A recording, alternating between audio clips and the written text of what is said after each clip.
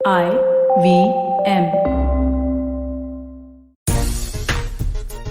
नमस्कार, good morning, सलाम, नमस्ते। खेल नीति पर आपका स्वागत है। मैं हूँ राजीव मिश्रा। पिछले एक हफ्ते आईपीएल के गुजर चुके हैं और इन एक हफ्तों में कौन सी टीम बाजी मारती नजर आ रही है और कौन सी टीम नीचे जाती जा रही पायदान पर, आज बातचीत करेंगे। और खास तौर पे बातचीत करेंगे सुपर संडे के दिन हुए सुपरहिट मुकाबले के बारे में, जहां पर विराट कोहली की टीम ने हार के सिलसिले को रोका, वहीं मुंबई इंडियंस को मिली हार की हैट्रिक, और साथ ही महेंद्र सिंह धोनी की अगुवाई में चेन्नई सुपर किंग टॉप पर पहुंचती नजर आई। रन रेट के मामले में चेन्नई ज्यादा बेहतर नजर आ रही है दिल्ली कैपिटल से, और दिल्ली कैपिटल ने पिछले एक हफ्ते में सबसे शानदार क्रिकेट खेली है।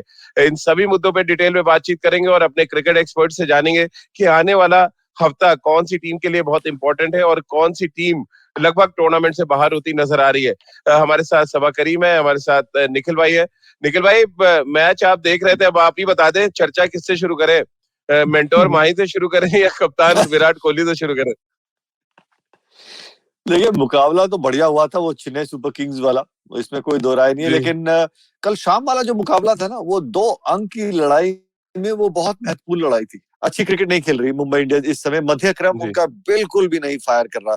रोहित आउट हुए और उसके बाद विकेट की झड़ी लगती चली गई। मैं थोड़ा सा हैरान हूँ, परेशान हूँ और निराश हूँ जिस तरीके से कुछ भारतीय बल्लेबाज मुंबई इंडियंस में जो खेल रहे हैं, वो गेम को कैसे रीड कर रहे हैं और वो किस तरीके से बल्लेबाजी कर रहे हैं। बिल्कुल सबा भाई, कुछ दिन पहले हीरो आईपीएल फेज 2 में 0, कुछ ऐसी कहानी नजर आ रही है मुंबई इंडियंस की। खासतौर से रोहित शर्मा की प्रेस कॉन्फ्रेंस में उन्होंने इनडायरेक्टली ईशांत शर्मा को बोल दिया कि आप टैलेंटेड प्लेयर हैं, लेकिन आपको ये समझना पड़ेगा कि आप किस आजादी के साथ बल्लेबाजी करते हैं। सीधा इंडिकेशन उनका ये था कि ईशान किशन के अप्रोच को लेकर बहुत ज्यादा खुश नहीं है टीम मैनेजमेंट। हाँ राजीव, कहने का तात्पर्य यही है कि सिचुएशन के मुताबिक आपको बल्लेबाजी करनी होती है, विकेट के मुताबिक आपको बल्लेबाजी करनी होगी। और ये समझ एक युवा प्लेयर में जितना जल्दी से आ जाए, भलाई उसी में है, उसके लिए भी खुद और टीम के लिए भी। और ऐसा देखने को मिला नहीं है। और सिर्फ एक खिलाड़ी को दोषी ठहराना मेरे हिसाब से उचित नहीं होगा। अगर आप पूरे मध्य क्रम को देखें या फिर लोअर मिडिल ऑर्डर को देखें, तो किसी ने वहां पर रन नहीं बनाया, चाहे वो सूर्य कुमार यादव हो गए, ईशान किशन हो गए, कृणाल पांड्या हो गए, कैरन पोलार्ड हो गए, कल के मैच में हार्दिक पांड्या हो गए। तो जब आप अपना रोल निभाएंगे नहीं तो फिर परेशानी बढ़ेगी।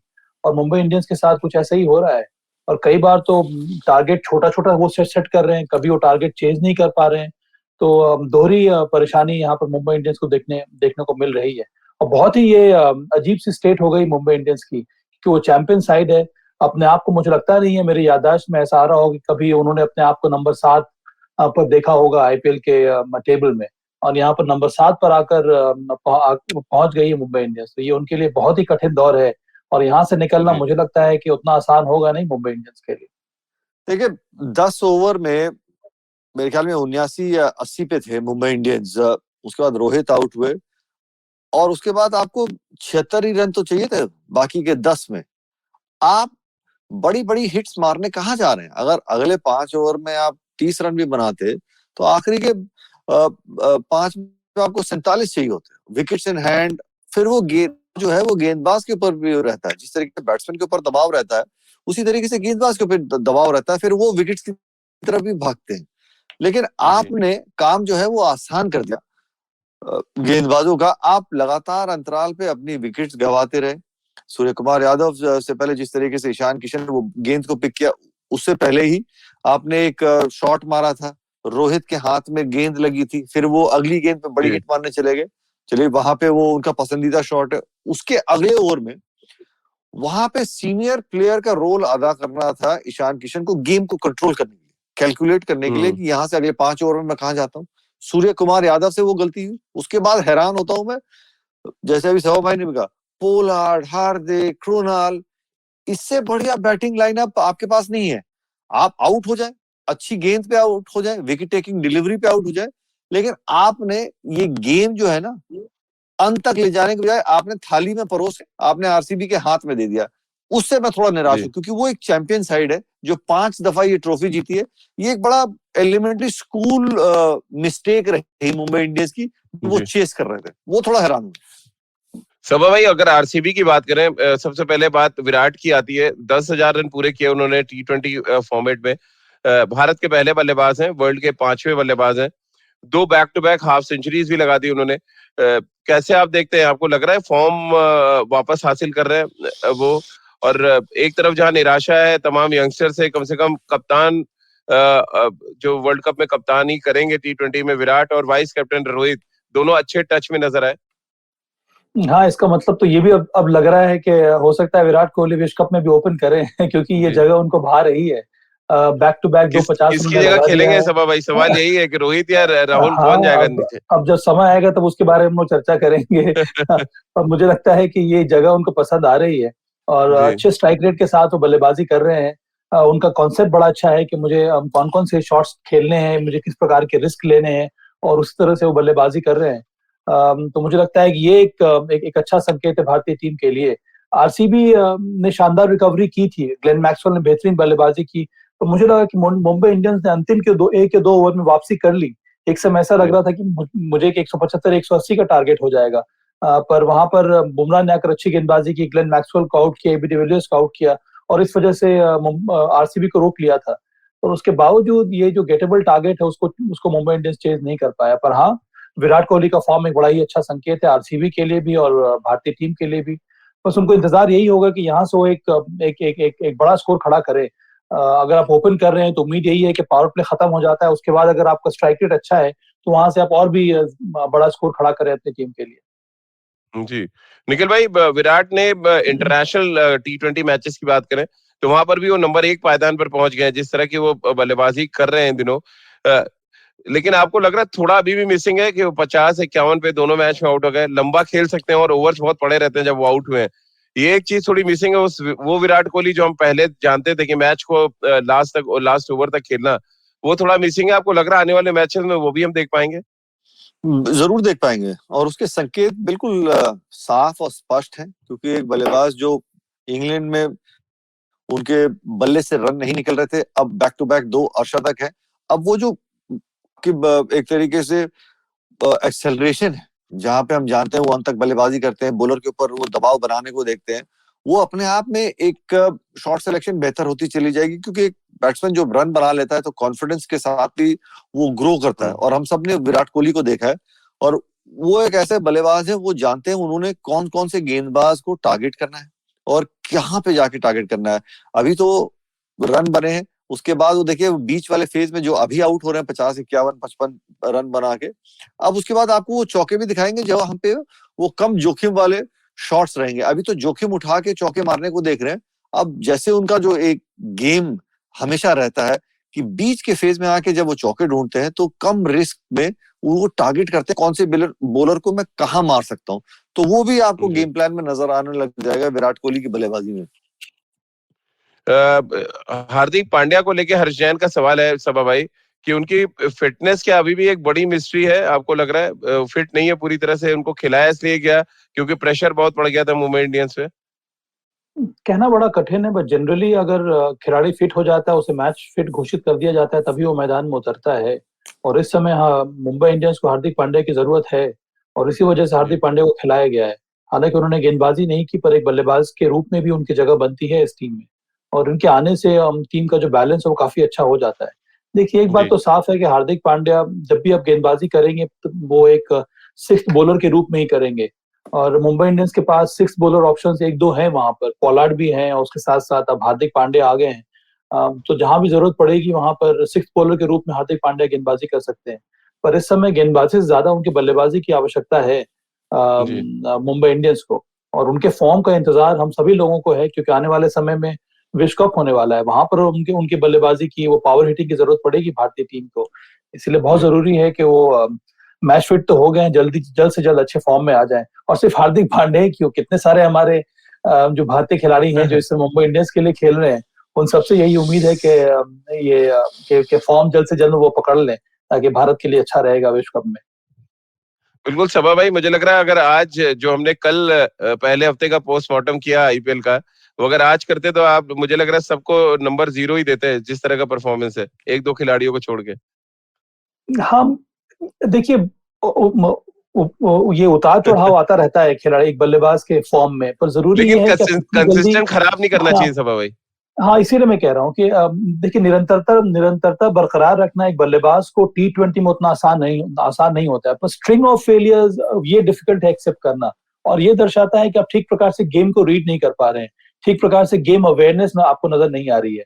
आप प्लान नहीं कर पा रहे हैं कि मुझे टारगेट सेट किस तरह से करना है, टारगेट अचीव मुझे किस तरह से करना है। अब निखिल ने बड़ी अच्छी बात कही कि वो आपका दिमाग अगर खुला रहता है बल्लेबाजी करते समय, तभी आप समझ सकते हैं कि मुझे कौन से शॉट्स कहाँ खेलने हैं, कौन से बॉलर को टारगेट करना है, कब तक मुझे और आगे गेम को लेकर चलना है, अंतिम के में 5 ओवर में जिस प्रकार का विकेट है यहाँ पर मैं कितने रन बना सकता हूँ, या आने वाले बल्लेबाज क्या उतने रन बना सकते हैं कि नहीं। ये सारी चीजें आपके दिमाग में चलनी चाहिए, तभी आप अब रन बना पाएंगे, तभी आपकी बल्लेबाजी में वो निरंतरता देखने को मिलेगी। और ये उम्मीद की जा रही थी कि सूर्य कुमार यादव, ईशान किशन में, चूंकि अब उनको अंतर्राष्ट्रीय क्रिकेट एक्सपीरियंस हो गया है, वहां से बहुत कुछ सीख कर आएंगे। और उम्मीद यही है कि आने वाले मैचेस में वो देखने को मिलेगा। पर अब तक जो 3 मैचेस हुए हैं वहां पर ऐसा देखने को नहीं मिला है। निखिल भाई, हमारे व्यूवर हैं हर्ष जैन, उनका कहना है कि आपको लगता है कि Chahal is better bowler than Rahul Chahar. देखिए, दोनों ही चैंपियन गेंदबाज है। राहुल चहर का चाहे इतना अच्छा दिन ना हो, राहुल चहर का गेंद इस समय उनके हाथ से बेहतर निकल रहा है। और जो वो पिच होने के बाद गेंद टप्पा और जिस गति से बॉल घूमता है, जो उछाल वो प्राप्त करते हैं, वो इस समय ज्यादा इफेक्टिव नजर आ रहे हैं। काफी समय के बाद युजवेंद्र चहल ने विकेट्स निकाली। अगर यही कुछ परफॉर्मेंसेस चयन कर्ता के बैठने से पहले, सिलेक्शन कमेटी के बैठने से पहले इस तरीके की 2-4, तो फिर उन्हीं का चयन कहीं ना कहीं युजवेंद्र चहल भी जानते हैं कुछ उनकी खराब परफॉर्मेंस से उनका चयन नहीं हुआ और राहुल चहर ज्यादा इफेक्टिव नहीं थे। पर दोनों चैंपियन गेंदबाज हैं, इसमें कोई दो राय नहीं है। मजे की बात यह, युजवेंद्र चहल, जो अभी हम बैट्समैन को के बारे में बात कर रहे थे कि वो कैलकुलेट करते हैं राजीव भाई, कि उनका दिमाग खुला रहता है। वो जानते हैं कौन से बैट्समैन की क्या ताकत है। अगर वो मेरे को मारने की तरफ आएगा और वो कहाँ पे मुझे मारने की कोशिश करेगा, वो उसके हिस्से गेंदबाजी करते हैं। पिछली 2 गेंदों में क्या हुआ उसके हिसाब से अगली गेंद डालते हैं। तो बहुत शातिर गेंदबाज है, इसमें कोई दो राय नहीं है, मैच विनर है। बट हर खिलाड़ी का उतार चढ़ाव चलता रहता है को लेके, इसीलिए उनका चयन नहीं हुआ था। अब सभा भाई, अब कसाट साहब का एक सवाल है कि सूर्य कुमार यादव और ईशान किशन जिस तरह से आउट ऑफ फॉर्म है, क्या मुंबई इंडियंस को अब ऊपर ले जाने की जिम्मेदारी किरण पोलार्ड और रोहित शर्मा को उठानी पड़ेगी? क्योंकि गेंदबाज तो अच्छा कर रहे हैं, बैटिंग पूरी तरह से फ्लॉप है। देखिए, T20 का मुकाबला है, यहाँ पर 1 या 2 खिलाड़ी के ऊपर निर्भर नहीं करता है, सभी को कंट्रीब्यूट करना पड़ेगा।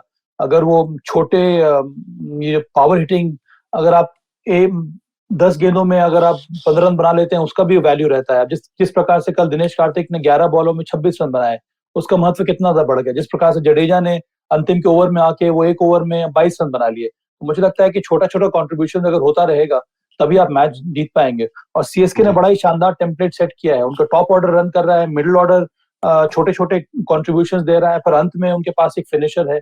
उसी प्रकार से दिल्ली कैपिटल्स मैचेस जीत रहा है। तो यहाँ पर मुकाबला इस तरह से जीता जाता है जहां पर हर एक खिलाड़ी का कुछ ना कुछ कंट्रीब्यूशन हो। दीपक चहर को आप देख लें, अंतिम बॉल पे दबाव इतना ज्यादा था, उन्होंने आके वो चौका लगा दिया, गेंदबाजी अच्छी कर दी। शार्दुल ठाकुर को देखिए, जब भी वो आ रहे हैं वो विकेट ले रहे हैं। मुझे लगता है कि ये छोटे छोटे कॉन्ट्रीब्यूशन का महत्व बहुत ज्यादा होता है और इसी पर ध्यान देना होगा मुंबई इंडियंस को। अगर आप सिर्फ ये एक्सपेक्ट करेंगे कि रोहित शर्मा या क्विंटन डिकॉक आपको रन बनाकर देंगे या पोलार्ड आके मैच जिताएंगे, तो ये होने वाला नहीं है। तो चलिए, इसी अच्छे नोट पे एक छोटे से ब्रेक के लिए यहाँ पर रुक रहे हैं खेल नीति के प्लेटफॉर्म पर। ब्रेक के बाद जब वापस आएंगे, बात चेन्नई की शानदार जीत की करेंगे और क्या दिल्ली एक बड़ा दावेदार बन के आई है पिछले हफ्ते में, इस पर भी आगे सबा करीम की राय लेंगे। फिलहाल एक छोटे से ब्रेक के लिए रुक रहे हैं। If you love cricket, listen up. The Edges and Sledges Cricket Podcast is here for you. Hosted by DJ, Varun, and me, Ashwin, we bring a fun, fresh fan's point of view to talking all things cricket. Sometimes it's just the 3 of us, sometimes we have guests, including current and former international cricketers. For new episodes every week, check out the Edges and Sledges Cricket Podcast on the IVM app, website, or wherever you get your podcasts. Break के बाद एक बार फिर आपका स्वागत है। हमने break से पहले बात की आरसीबी की रॉयल जीत की, अब हम बात कर लेते हैं चेन्नई की चैंपियन वाली जीत की। और सबा भाई, चेन्नई वाकई चैंपियन की तरह खेल रही है। बुजुर्गों की टीम कहा जा रहा था। पिछले साल जब आईपीएल खेलने चेन्नई पहुंची, 7वें नंबर पर थी। इस बार वो पॉइंट्स टैली में लगातार दिल्ली को चैलेंज कर रहे हैं, नंबर 1 पे पहुंच गए हैं अच्छे नेट रन रेट के साथ। कैसे आप देखते हैं ओवरऑल चेन्नई यूनिट को, जिस तरह से वो इस फेज 2 में निकलकर सामने आई है? देखिए राजीव, सबसे पहले तो जिस तरह से आप चेन्नई टीम को डैडीज टीम बता रहे हैं, तो फिर इस हमारी जो टीम है इसको आप क्या कहेंगे? हाँ, तो इसका मतलब है कि डैडीज टीम इतना अच्छा परफॉर्म कर रही है, तो फिर हमारी टीम भी काफी अच्छा परफॉर्म कर रही होगी। जी चलिए, मुझे ये भी लगता है कि यहाँ पे सीएसके के साथ एक तो अनुभव का बहुत बड़ा उनको एडवांटेज मिलता है, और कुछ इसी जी प्रकार का न्यूक्लियस जो है वो कई सालों से खेलता आ रहा है। और इस बार बहुत अच्छा काम उन्होंने ये किया है कि नए नए खिलाड़ी को मौका दे रहे हैं। ऋतुराज गायकवाड़ ने एक अलग प्रकार की परिभाषा अपनी दर्शा दी है। जिस तरह से वो बल्लेबाजी कर रहे हैं, कल तो मैं उनका मैच देख रहा था, बेहतरीन फुटवर्क के साथ वो पेस बॉलर्स को निकल कर खेल रहे हैं। सुनील नारायण को उन्होंने शानदार तरीके से इनसाइड आउट शॉट लगाया। इसका मतलब है कि जी स्पिनर्स को वो रीड कर रहे हैं ठीक तरह से, तभी आपका फुटवर्क अच्छा रहेगा, तभी आप बॉल को कनेक्ट करेंगे ठीक से, तभी आपकी टाइमिंग होगी, और सारी चीजें नजर आ रही हैं। फाफ डू प्लेसी दूसरे छोर से बेहतरीन बल्लेबाजी कर रहे हैं। अंबाटी रायडू, हालांकि वो जल्दी आउट हो गए, पर वो आकर अच्छी अच्छी बैटिंग कर रहे हैं। मोइन अली नंबर 3 पर आकर खेल रहे हैं, बहुत ही बड़ा एडवांटेज मिल रहा है यहाँ पर सीएसके को। मुझे लगता है कि उनका कॉम्बिनेशन तो काफी अच्छा है ही, उसके साथ साथ जिस विश्वास के साथ ये टीम खेल रही है, एक फिर से एक बार स्ट्रॉन्ग दावेदार के रूप में ये सामने आई है, और दिल्ली कैपिटल्स के लिए बहुत बड़ा चैलेंज होगा। ये दोनों टीम जो है, बिल्कुल। मुझे लगता है कि बहुत ही फ्लॉलेस क्रिकेट अभी तक खेला है इन्होंने, आईपीएल के पहले लेग में भी और सेकंड लेग में भी। और अगर इसी तरह का रवैया दोनों टीमों का रहा, तो मुझे लगता है कि कठिन चुनौती देखने को मिलेगी आने वाले समय में। सभा भाई, पृथ्वी है वो प्रेडिक्ट कर रहे हैं final between Delhi Capitals and CSK, सहमत है आप इससे? इससे तो सहमत, तो कुछ और भी आगे आप प्रेडिक्ट कर दीजिए, उससे मैं सहमत होने वाला हूँ कि नहीं ये देखा जाएगा। अगर आप प्रेडिक्ट कर देंगे कि दिल्ली कैपिटल्स मैच जीतने वाला है फाइनल्स, तब मुझे बहुत ज्यादा प्रसन्नता होगी। पर हाँ, दिल्ली कैपिटल्स और सीएसके अब करंट फॉर्म में तो यही देखने को मिलता है। तो बिजनेस एंड में कई बार दबाव बढ़ता जाता है राजीव, और दोनों टीमों के पास अनुभव है, इनके पास अनुभवी कोचेस हैं, सपोर्ट स्टाफ है, और ये सभी मिलजुल कर यही बता रहे होंगे कि अभी तो खेल खेल शुरू हुआ है, आने वाले समय में बहुत बड़े बड़े चैलेंजेस आने वाले हैं। सवाल है कसाट साहब का, उनका ये कहना है कि सीएसके ने क्या टी20 की परिभाषा बदल दी है। यंगस्टर्स का गेम कहा जाता था और ये टीम बुजुर्गों के साथ डैडीज टीम टॉप पर है। अब ये तो मैं पहले से मान नहीं रहा हूँ कि ये डैडीज टीम में, इसमें कई सारे युवा प्लेयर्स भी है। अब ऋतुराज गायकवाड़ हो गए, अंबाटी, चलिए अंबाटी रायडू तो मुझे लगता है कि अबव 30 हो गए हैं। जी पर मोइन अली हैं, फिर सैम करन भी हैं इस टीम में, दीपक चाहर भी हैं, रविंद्र जडेजा का परफॉर्मेंस काफी अच्छा रह रहा है। तो ये शानदार मिश्रण है इस टीम में। उसके साथ साथ एमएस धोनी है, जो कि बेहतरीन कप्तानी कर रहे हैं। हालांकि बस उम्मीद यही है कि वो बल्ले से भी रन बनाए। पर एक और चीज है कि अगर आपके पास स्किल है, तो आप अच्छा कर सकते हैं टी20 में। और ग्लोबल टी20 जी लीग में हम देखेंगे तो कई ऐसे प्लेयर्स हैं जिनको टीम में रखा गया है उनकी पावर हिटिंग कैपेबिलिटी पर, ना कि उनकी फिटनेस कैपेबिलिटी पर। अंत में फिटनेस मैटर करता है, क्योंकि जिस तरह की कंडीशन में मैचेस हो रहे हैं, जी अगर आपके खिलाड़ी फिट नहीं होंगे, तो फिर आप लगातार बैक टू बैक मैचेस खेल नहीं पाएंगे। अब मुझे लगता है कि ड्वेन ब्रावो के साथ आप देख लें, वो नहीं खेले हैं, मुझे लगता है उनको रेस्ट दिया गया है, क्योंकि उनका शरीर अब ये बता रहा है कि भाई वो इतने सारे मैचेस लगातार नहीं खेल सकते। तो उनको उनके ऊपर वर्कलोड मैनेजमेंट का भी ध्यान दिया जा रहा है, इसी वजह से उनको एक जी मैच के लिए रेस्ट किया गया है। तो अंत में फिटनेस लेवल्स होने चाहिए, पर अगर आपके पास शानदार स्किल सेट है, तो उसको आप ठीक प्रकार से इस्तेमाल कर सकते हैं। जी निखिल भाई, कुछ कहना चाह रहे हैं आप? राजीव भाई जी, मैं कहा कल वो ब्रावो को जो रेस्ट भी दिया, इंजरी मैनेजमेंट है, मुझे लग एक सही गेम भी चुना था महेंद्र सिंह धोनी ने उनको ओवर देने के लिए। क्योंकि जो 48 गेंदें थी वरुण चक्रवर्ती और सुनील नारायण के बीच में, वो चाहते थे एक और जी लेफ्ट हैंडर रहे मिक्स। इतने सारे लेफ्ट हैंडर्स हैं, उनको कंट्रोल करने के लिए, और शायद वो भी एक कारण हो सकता है। लेकिन महेंद्र सिंह धोनी बखूबी ये चीज भी जानते हैं कि अगर आप वो चेस कर रहे हैं रन, वो 48 गेंदें आप किस तरीके से प्लान करके खेलते हैं, जो ऋतुराज गायकवाड़ ने किया था और फाफ डू प्लेसी स्टार्टिंग में ही उनका इफेक्ट नकार दिया था। जिस तरीके से वो जी आस्किंग रन रेट को इतना नीचे ले आए थे ताकि मध्यक्रम के ऊपर बिल्कुल रहे ना। दाद देनी होगी जिस तरीके से उन्होंने वो सेटअप किया था। अंत में आके वो प्रसिद्ध कृष्णा से वो गलती हो गई, लेकिन सोच जी मोहन की भी यही थी कि मैंने 2 ओवर बचा के रखने, सुनील नारायण का एक और वरुण चक्रवर्ती का एक, कि अगर महेंद्र सिंह धोनी आएंगे तो वो मिस्ट्री जी स्पिनर के कम से कम 2 ओवर खेले। वो मुकाबले को अंत तक लेके जा रहे थे। प्रसिद्ध कृष्णा का वो थोड़ा सा एक ओवर खराब हो गया, वहीं से रविंद्र जडेजा ने मुकाबला जिता दिया। लेकिन सोच यही है कि आप अपने वो 8 ओवर किस तरीके से इस्तेमाल करते हैं। 4 वरुण के और 4 सुनील नारायण के, उनके लिए जी वो मैच विनर्स हैं गेम को कंट्रोल करने के लिए। सभा भाई, क्योंकि टॉप पे है चेन्नई है, सेकंड नंबर पे दिल्ली है, और दिल्ली के लिए प्रिडिक्शंस भी बहुत आ रहे हैं। हमारे कई व्यूअर्स, उनका ये मानना है कि दिल्ली ऑलरेडी फाइनल में है इस बार सीजन 14 में। क्या इत्तेफाक रख रहे हैं जो हमारे व्यूअर्स का तमाम प्रिडिक्शन आ रहा है? सभा भाई हाँ, बिल्कुल ही मुझे भी रखेंगे। अरे, मैंने मैं सूडी सहमत नहीं हूँ, हूं ना, मुझे इसलिए लगता तो है रख कि सकते हैं। नहीं नहीं, मुझे भी लगता है कि दिल्ली कैपिटल्स जिस तरह से खेल रही है इस समय। और देखिए, एक और बात है कि अब मार्कस स्टोइनिस, उनके खिलाड़ी जो है इंजर्ड हो गए, उनकी जगह पर ललित यादव को खिलाया गया है। और ललित जी यादव भी बेहतरीन प्रदर्शन उन्होंने किया है। फर्स्ट लेग में भी आपने देखा होगा जिस तरह से रिकी पॉन्टिंग ने उनको इस्तेमाल किया है, जिस तरह से ऋषभ पंत ने उनके ऑफ स्पिनिंग एबिलिटीज का इस्तेमाल किया है। और इसी वजह से ललित यादव एक रेडी रिप्लेसमेंट रहे हैं वहां पर मार्कस स्टोइनिस के लिए। हम्म और ललित यादव दिल्ली के लिए खेलते हैं। पिछले 2 साल में दिल्ली कैपिटल्स के मैनेजमेंट में उनको बहुत अच्छी तरह से बैक किया है। तो मुझे लगता है अब वो रेगुलर एक T20 खिलाड़ी बन गए हैं दिल्ली कैपिटल्स के लिए। तो अगर आपके पास शानदार प्लेयर्स हैं जो रेगुलर प्लेयर्स को रिप्लेस कर सकते हैं, उसका भी एडवांटेज आपको मिलता है। पर अंत में मुझे लगता है कि आपकी जो बल्लेबाजी है वो तगड़ी नजर आ रही है। शिखर धवन, पृथ्वी शॉ, श्रेयस अय्यर, ऋषभ पंत, तो ये जो 4 खिलाड़ी हैं, उनमें से अगर 2 या 3 खिलाड़ी रन बना लेते हैं तो फिर आपकी पोजीशन काफी ज्यादा मजबूत हो जाती है। और गेंदबाजी, हम जितनी तारीफ करें दिल्ली कैपिटल्स की गेंदबाजी की, वो कम होगी। मुझे लगता है कि एक बहुत ही स्ट्रांग बॉलिंग यूनिट है ये। और इसी वजह से इस टीम की रफ्तार इस समय काफी अच्छी नजर आ रही है। जी निखिल भाई। ठीक है, इसलिए नहीं क्योंकि सभा भाई बैठे हुए हैं।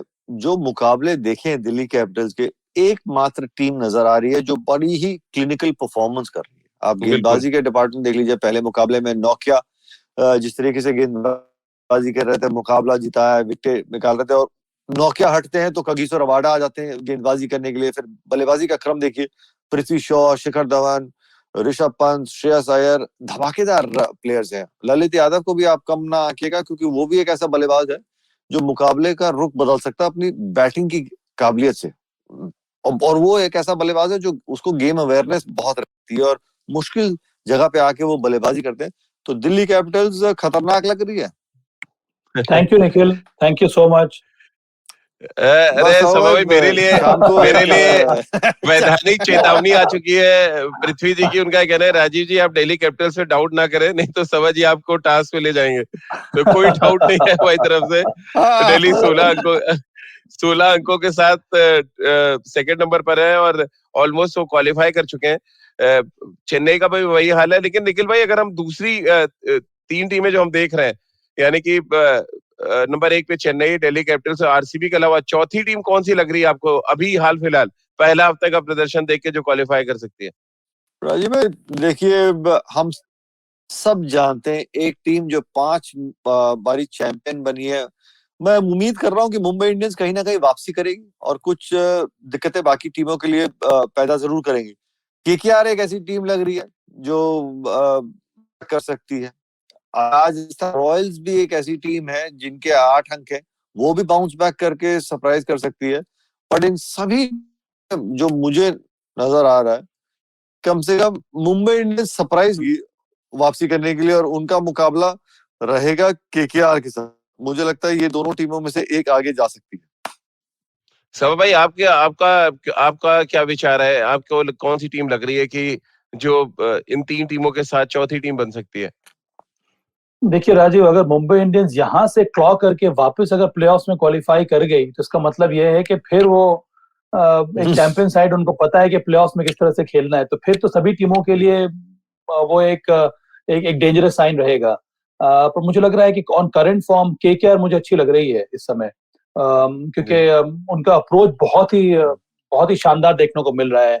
और बहुत बढ़िया कदम उन्होंने उठाया है कि वेंकटेश अय्यर और राहुल त्रिपाठी इस तरह के बल्लेबाज जो हैं उनके लिए ओपन कर रहे हैं। शुभमन गिल, और उन तीनों को मुझे लगता है कि खुली छूट दी गई है कि आप खुलकर बल्लेबाजी करें। तो ये जो रिफ्रेशिंग अप्रोच, उसके वजह से ये टीम बहुत ज्यादा डेंजरस नजर आ रही है।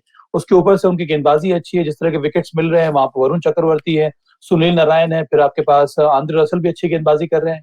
लॉकी फर्ग्यूसन है, तो उनके पास अटैकिंग यूनिट है। इसी वजह से मुझे लग रहा है कि मेरे हिसाब से जो 4 टीमें क्वालिफाई करेंगे ऑन करंट फॉर्म, वो 2 आपने नाम ले लिया, आरसीबी और उसके साथ साथ केकेआर। पर हाँ, मुंबई इंडियंस को चूंकि वो चैंपियन साइड है, उसको कभी भी आप कम नहीं आंक सकते हैं। निखिल भाई, क्योंकि हमने देखा है जो पिछला एक हफ्ता घटा, गेंदबाजों ने ज्यादा डोमिनेट किया, कोई बहुत हाई स्कोरिंग मैचेस हमने नहीं देखे, और खास तौर से जो स्लो पेस बॉलर्स है, यानी जिनके पास वेरिएशन ज्यादा है, जैसे कि हर्षल पटेल को हमने देखा। इससे पहले अगर हम जाएं तो आवेश खान अच्छी गेंदबाजी कर रहे हैं, चेतन साकरिया, जिनके पास वेरिएशन हैं, जो स्लो ओवर्स अच्छी डाल रहे हैं। ये क्या स्लो पिच की वजह से आप देख रहे हैं हाई स्कोरिंग मैच नहीं हो रहे, या बॉलर्स ज्यादा स्किलफुल गेंदबाजी कर गए पिछले हफ्ते में? राजीव, दोनों का मिश्रण है। शारजा की पिच आप देखिए नहीं, कहीं नहीं रन बन रहा है, हम तो देख रहे हैं निखिल भाई, शारजा, यूए, दुबई। शारजा का विकेट रिलेटेड, कल का विकेट मुझे ऐसा लगा जब आरसीबी बल्लेबाजी कर रही थी और जिस तरीके से विराट ने स्टार्ट किया था पावर प्ले में, मुझे लगा कि बॉल बहुत बढ़िया तरीके से बैट पे आ रहा है। ये एक हाई स्कोरिंग मुकाबला हो सकता है कि एक आप 180 के पार पहुंच सकते हैं, 190 नहीं तो इसमें कोई नहीं है, थोड़ी सी गति कम नजर आ रही है। सभा भाई, कसाट साहब का एक सवाल है कि क्या पंजाब किंग्स जो है वो मुंबई इंडियन और केकेआर को चैलेंज कर सकती है चौथे स्पॉट के लिए? देखिए, चैलेंज तो जरूर कर सकती है, पर अगर आप जिस तरह से वो 4 टीमें हैं जिनके 8 अंक है सभा भाई। हाँ, वो जो मैच वो हारे राजस्थान रॉयल्स से, पंजाब किंग्स, वो मुझे लगता है कि अंत में हर्ट करेगा, क्योंकि वो मैच उनके बैग में था, वहां से उन्होंने वो पॉइंट्स जो है वो गंवा दिए। और इस तरह की गलती फिर आपको उसका वो कठिन होता है वहां से रिकवर करना। पर चूंकि पिछला मैच वो जीते हैं, हम जरूर रेस में है, पर अगर हम फॉर्म की बात करें, कॉम्बिनेशंस की बात करें, तब हमें लग रहा है कि केकेआर के चांसेस बहुत ज्यादा ब्राइट है। हालांकि वो कल का मैच हार गए, पर उनका अप्रोच मुझे काफी अच्छा लग रहा है, इसीलिए मुझे लगता है कि स्ट्रॉन्ग टीम है केकेआर इस समय। स्टार परफॉर्मर की अगर बात करें निखिल भाई, पिछले वीक में कौन आपकी नजर में रहे हैं टॉप 3 स्टार परफॉर्मर्स? देखिए, रविंद्र जडेजा जहां से मुकाबला कल जिता के गए, एक वो मुझे लगते हैं नजर आते हैं राजीव भाई। युजवेंद्र चहल जिस तरीके से उन्होंने मुकाबला वो जिताया है, तो मेरी जहन में तो ये आते हैं, क्योंकि आप वो खिलाड़ी वही पिक करना चाहते हैं कि आप जो हार मतलब जीत के मुंह से आपको मुकाबला जो है बिल्कुल बदल के ले जाए। और एक और गेंदबाज है जिसने एक ओवर में मैच का रुख बदल दिया था पंजाब किंग्स के खिलाफ, वो कार्तिक त्यागी। 20वां ओवर, 1 रन और 2 विकेट, उसको कहते हैं मुकाबला जिताना। कहाँ आप हार रहे थे वो मुकाबला, और वो मुकाबला बिल्कुल ही बदल दिया उन्होंने। तो मेरे लिए तो भाई आपके लिए गेंदबाजों का हफ्ता रहा है, या आपको लग रहा है कि बल्लेबाजों ने भी थोड़ा बहुत डोमिनेट किया है जो एक हफ्ता निकला है आईपीएल का? देखिए, ये तो मुझे लगता है गेंदबाजों का ही हफ्ता रहा है, पर जिस तरह के विकेट्स मिले हैं यहाँ पर बल्लेबाजी आसान नहीं है, और इसी वजह से मुझे लगता है कि कई सारे युवा प्लेयर जिन्होंने प्रभावित किया है। अब ऋतुराज गायकवाड़ को आप देख लें, वेंकटेश अय्यर जो एमपी के लिए खेलते हैं, उनको मौका मिला है, उन्होंने बहुत ज्यादा प्रभावित किया है। राहुल त्रिपाठी एक और खिलाड़ी हो गए।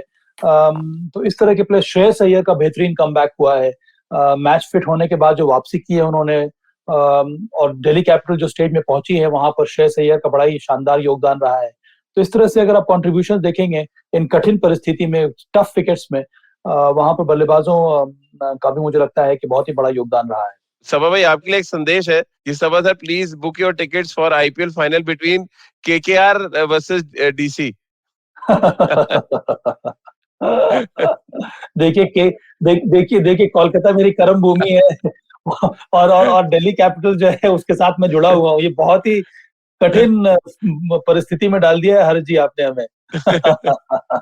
पर मैच जिसके साथ भी हो जाए, अंत में मुझे उम्मीद यही रहेगी कि दिल्ली कैपिटल जीते। ये यूएई की इस लेग की पिचेस जो है ना, जो गति है वो हमारे वाईफाई की तरह चल रही है।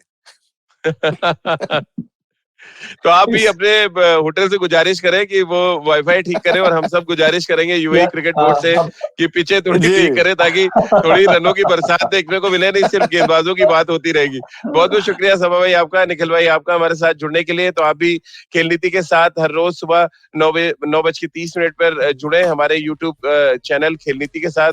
इसके अलावा आईवीएम के फेसबुक पेज पर आप हमारे साथ जुड़ सकते हैं, और आप ट्विटर हैंडल पे मेरे सवाल भी भेज सकते हैं, @राजीव मिश्र मेरा ट्विटर हैंडल है। इसके अलावा खेल नीति का हर एपिसोड आप रोज सुन सकते हैं आईवीएम ऐप पर, ivmpodcast.com पर, गाना स्पॉटिफाई, सावन, गूगल पॉडकास्ट या अन्य IVM पॉडकास्टिंग नेटवर्क पर। आप सभी का बहुत बहुत शुक्रिया हमारे साथ जुड़ने के लिए।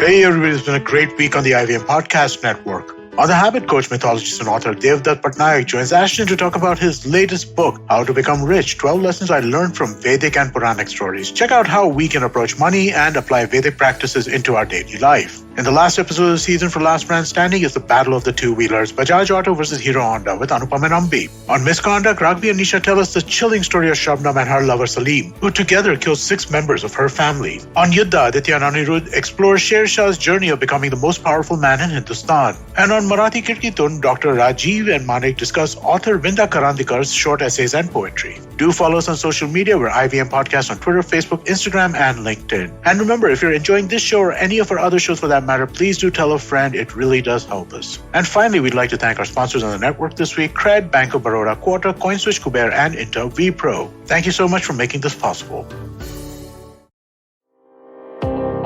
Do you wonder why China does the things that it does? Or want to know how we could improve online privacy? Or perhaps you're thinking about how we can kickstart India's economy? If you'd like to search for the answers to such questions, check out All Things Policy, a daily public policy podcast that covers everything from employment figures to aircraft carriers. Tune in from Monday to Friday for new episodes and fresh takes.